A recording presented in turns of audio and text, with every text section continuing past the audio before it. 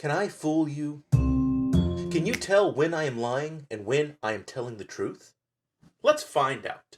Today, we're talking about Terare. In case you are new here and the stats on my channel say you are not, then here's a quick recap of what all this is about. I love educational channels that teach me something new. I love comedy channels that make me giggle. And I love creative channels that deal with creating new ideas. Sadly, I am not funny enough, knowledgeable enough, or creative enough to be any of those. However, I did the math and realized that if I half-assed all three things at once, that adds up to an ass and a half, which, it turns out, is enough to start a Patreon. So, be sure to check that out. Anyway, I have prepared 3 segments. Each one claims to explain what Terare is or was. Any of the 3 can be true, any of the 3 can be false. All of them will have bad jokes.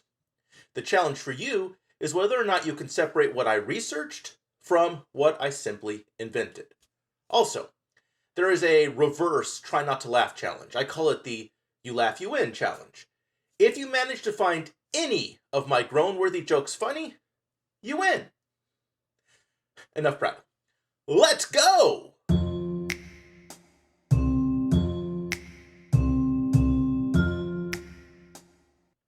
First up, Terare is a mythical fabric.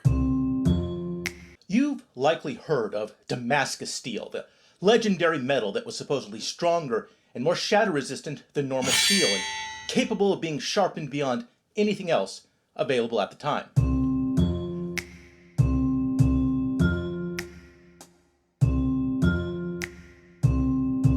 What you may not know is that Damascus steel is simply the most well-known of a series of mythical super materials that were lost to time. One of the lesser known is Terare cloth, which is supposed to have had the breathability, weight, and flexibility of linen, while also having the strength, ruggedness, and pierce resistance of treated leather. We don't have much information about how it was made, except for a few references to possibly being woven from tree fibers. There are a handful of references to it in the ancient Greek texts, and exactly one extant reference in Roman literature. The orator Cicero used it as a metaphor for friendship in a speech and gave no further explanation, suggesting that the material would have been known to the general public. The Greek mentions of it all involve its use in armor, either layered upon itself to make relatively puncture-resistant pieces, or used to connect metal plates, providing flexibility and breathing room at the joints. The earliest mention we have of it is from the silence of Ajax in the Odyssey, when the shade of the great warrior rises from the underworld to confront Odysseus. The scene is most well known for Ajax's refusal to speak, a wise choice given Odysseus' cunning with words. But when the warrior is described, he is wearing an outfit of pure Terare that has been painted with scenes depicting his exploits in life. As far as I can tell, there is little evidence that Terare fabric was ever real, or that if it was as strong and light as legends say. We certainly have no way to make such a thing now with our modern methods and materials, and unlike Damascus steel, we don't have any pieces of it to prove it was ever real. Fabric, even special fabric, tends to lack the staying power of metal, after all. That said, there is still a small but dedicated community of believers working to try to recreate this fabled material. I've also seen rumors that Wizards of the Coast intend to include it as an armor type in the upcoming D&D 6th edition, of course. I also heard rumors that the last Smash fighter would be the Goose. So, you know, internet rumors.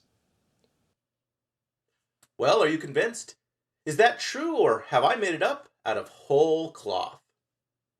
While you're pondering, let me tell you that Terare was an unusual man from France who was once suspected of a horrible crime. He was never put on trial, but for this segment I'm going to pretend that he was and provide the defense's opening statement. Let's start with the basics. My client, Terare, is the victim here. He is the one who has suffered his whole life from a debilitating condition that he cannot control, that science cannot explain, and that no one can cure. They are going to tell you a whole lot of things that he has done. They will tell you that he eats stones, that he eats cork, that he eats garbage that he finds in the gutter. They will tell you that by the time he was a teenager, he could easily eat his own weight in food every day and still only weigh 100 pounds. They will tell you that he was known to eat an entire basket full of apples at once. But they probably won't mention that he was doing it as a warm-up act for a traveling con man because that was the only work he could get. They are going to tell you the gross and the disgusting to turn you against Terare without even once mentioning how none of this is his fault. It was his burden to bear. He's not a monster, he's just a man trying to survive the horrible hand that fate has dealt him. And there are some other things they won't tell you, like how he used his unique talents to deliver messages to our troops, how he swallowed a wooden box full of papers. He was the perfect courier. If he was caught and searched, our records remained safe until he delivered them. No, they are just going to tell whatever they can spin to seem gross and monstrous. Terare ate a live cat. Terare is so disfigured that he could hold 12 apples in his cheeks. They want to paint him as a monster, not a man. So when they tell you that a human baby went missing from that same hospital that Terare was at, you jump to the wrong conclusions. They want you to see him as a bloodthirsty animal because that is all they have. There's no evidence at all that my client ate that child. Nothing. The only evidence they have is that he has a lifelong history of eating absurd things and happened to be in the same building as the child that went missing. That's not proof of anything. Now, I'm not some fancy pants city slicker lawyer. I'm just a simple farm town, mildly offensive stereotype. But even I know you need actual evidence to convict a man. Don't let them manipulate you. Demand proof before you convict a man of such a heinous crime. If I raise an objection to the truth of that, will you sustain it or overrule? Anyway, last entry. Terare is an opera that contains meaningful social commentary. You may know who Antonio Salieri is. I do because of this. Most of what I know I learned from The Simpsons, which means that at this point, I know a lot because that show has done a lot. Uh-oh, Simpsons did it. Simpsons did it. No. Most people know Salieri as Mozart's rival who ended his life with dementia, but there is so much more. Salieri was a talented and prolific composer and opera writer, or so I'm told. All I really know about opera is this. Beans, oh beans, delicious in your mouth. But watch out when beans come out down south. Anyways, one of Salieri's operas is called Terare. Opera Today called it a work of social and political commentary as it skewers the elite. For instance, it opens with two godlike creatures flipping a coin to determine which soul would become a commoner and which one a lord. This was scandalous for the time as it suggested that the poor and the elite were really no different and that mere chance separated them. Towards the end of the opera, a populist uprising overthrows the king, Etar, who then commits suicide live on stage, which was also groundbreaking. Well, maybe not live on stage exactly, but you get my drift. The king is replaced by a general named Terare, who is very popular with the commoners. The play ends with a song in which all of the cast members on stage remark that there is no connection between a person's greatness or worth and the social strata into which they were born.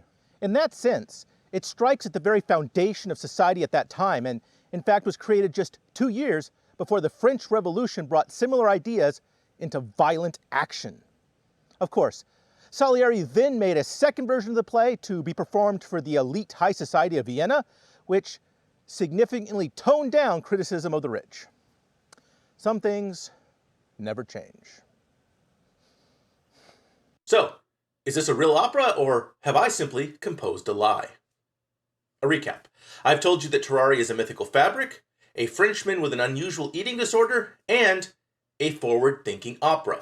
But how many of those are true? It could be one, two, all, or none. Lock in your guesses now, and in order to drive up engagement and game the algorithm, I'll be pinning one of your guesses, the one that I feel contains the worst joke. So go, guess now.